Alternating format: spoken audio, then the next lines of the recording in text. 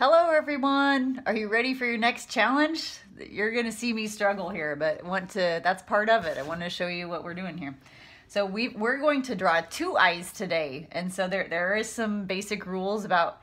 I already drew one so that we have something to start with, and I want to draw the exact same thing on the other side. So oftentimes if you measure your eyes, I know you're gonna do this to your own face, but measure your eye. That is the space that is in between your two eyes. So if you do it on your own self, measure your eye, measure the distance between your eyes, that is where your next eye would start. So I'm just going to double check that there again. Yes, and I know how big my eye needs to be here. So you can see maybe you can see I've got two very small pencil marks for the beginning and end of my eye.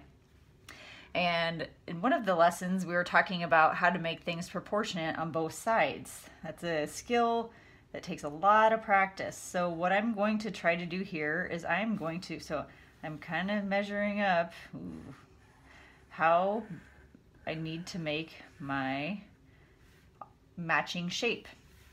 So I know I've got my duct here, and then same thing, I need this to come down about this distance to make that match.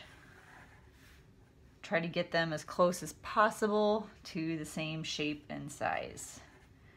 All right, so I'm going to add a little shading there, and then so here we go. This is, again, not easy for me either, so do not get discouraged.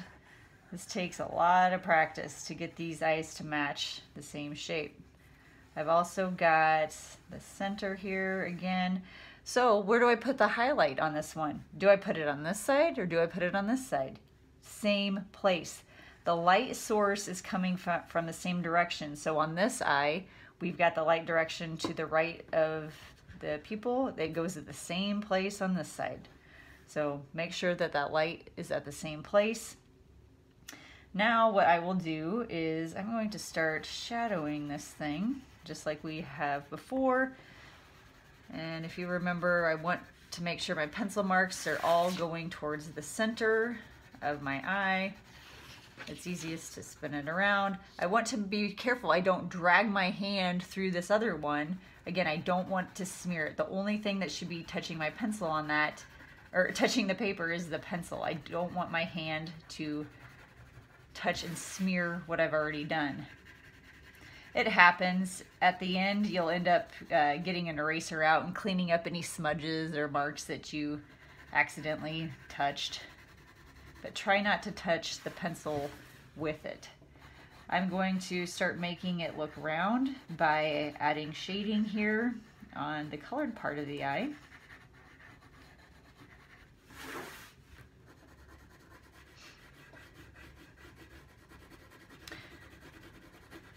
All right, so it's getting rounder all the time. I'm going to come put the shadow here on the colored part of the eye where the eyelashes will shadow it. And while I'm at it, I might as well add in the shadow part of the white part of the eye. We know that that's there. I can start adding in some eyelashes. Of course, these don't have to match, but in general, you want to make sure that they're going the same sort of direction, opposite. I've got to add in the lower eyelid here so I can get these eyelashes coming.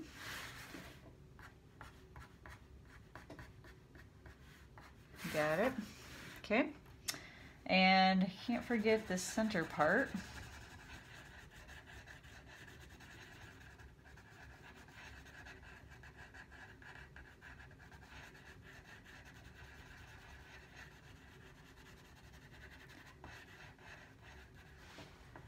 All right, I've got that.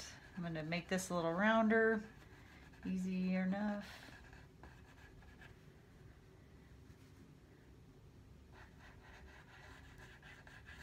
All right, we're kind of matching so far. So next, this is an important line to try to get this eyelid to be the same on this side as well. So I am going to start, I can see about how high it came up and where it ends. And then here we have the eyebrow. Remember, it starts here about where the duct is, and I need it to go about the same distance across. You remember where it ends? Right at the end here, the edge of the eyeball.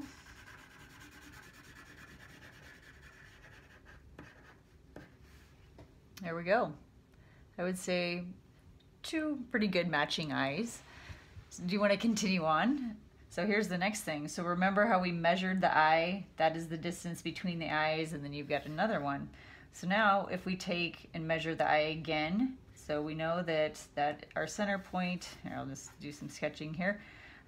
We've got this, we know where our center is of our eye. We go 1.5 down, that is typically where the nose is. So if I go here, so measure it on yourself. We've got your distance, 1.5, that's usually the bottom of your nose. So if we're going to draw that, we usually start, so I'm going to start the nose with, again, we'll end up exaggerating this or making it bigger or smaller. The edge of the nose usually goes to the outside of the eye. So, and then we've got two other nostrils here. And when you're looking at someone, these are all different sizes. So you'll have to look at someone and see for sure where this goes. But we want, so as I'm starting to draw this in, I'm drawing the darker part here. You'll see this come around like this. And depending on where their nostrils, I mean, you might see the nostrils, you might not. It just depends on the person. Let me get that. As I'm coming around there. So we would add that in. And as we're coming up, so we'll probably do another lesson where we shadow the face, because there's all these shadows that's going to make this look three-dimensional. So right there, you know, there would be shadows coming in here that would make that look three-dimensional.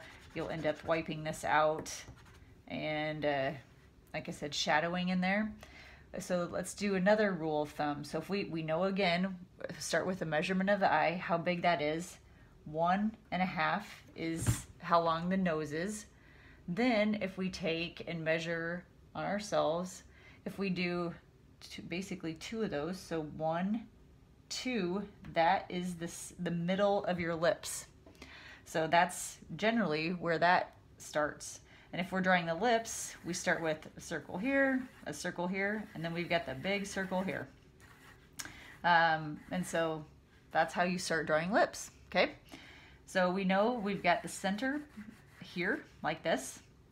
And then depending on, we'll just have this person kind of resting, kind of smiling, kind of resting. So we know that we've got the shape here. And then this will come back. So the other thing, the mouth goes to the center of the eye. So if we were drawing this down, whoa, I'm way off. So it is coming over here. That is how big this person's mouth is. All right. So now I need to start doing some shadowing here. So we've got, I'm putting some darkness here, I'm putting some darkness in the line. Again, I'm trying to be careful not to move my hand too much over my eyes so I don't smear it here. We're just putting it all together and making this look somewhat three-dimensional.